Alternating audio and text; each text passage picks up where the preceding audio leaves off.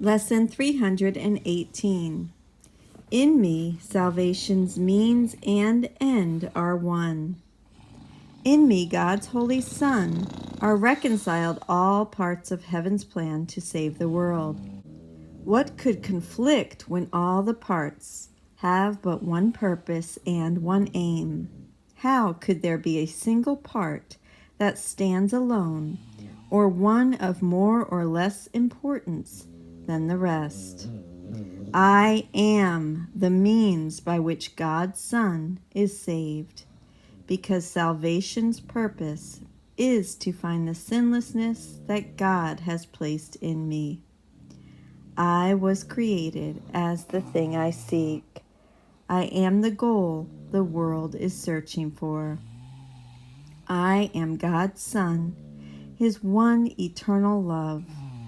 I am salvation's means and end as well.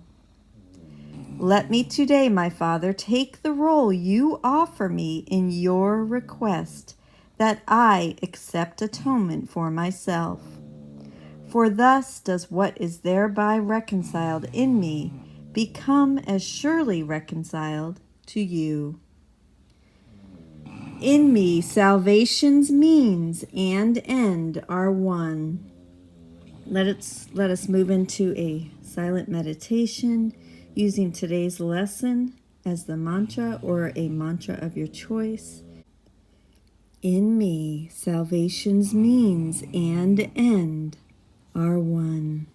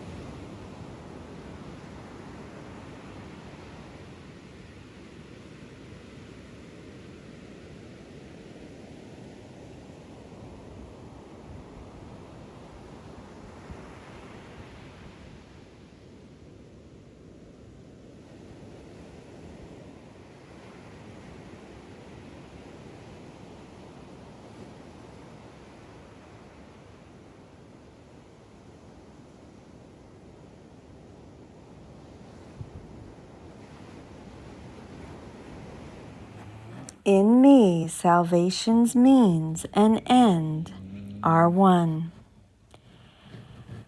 This title recalls the lovely statement at the end of Lesson 302. He, the end we seek, and He, the means by which we go to Him. In that lesson, God is both means and end. In this lesson, we are the means and end. The end is God's Son as Christ, and the means of reaching Him is God's Son's choosing to forgive Himself. Traditional Christian theology has taught that the Son of God, Jesus, was the one who reconciled sinful man to God's love. Thus, Jesus takes that same idea and applies it to God's Son in all of us.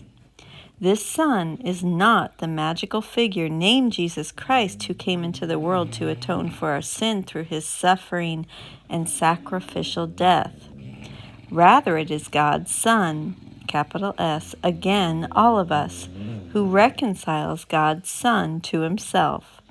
This means that we undo the belief in sin, the prerequisite to realizing our oneness with God.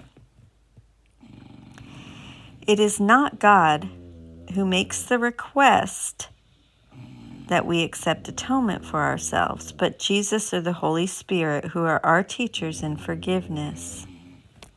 We become one through forgiveness, the meaning of reconciled, one as God's separated Son, one as Christ, at one with His source.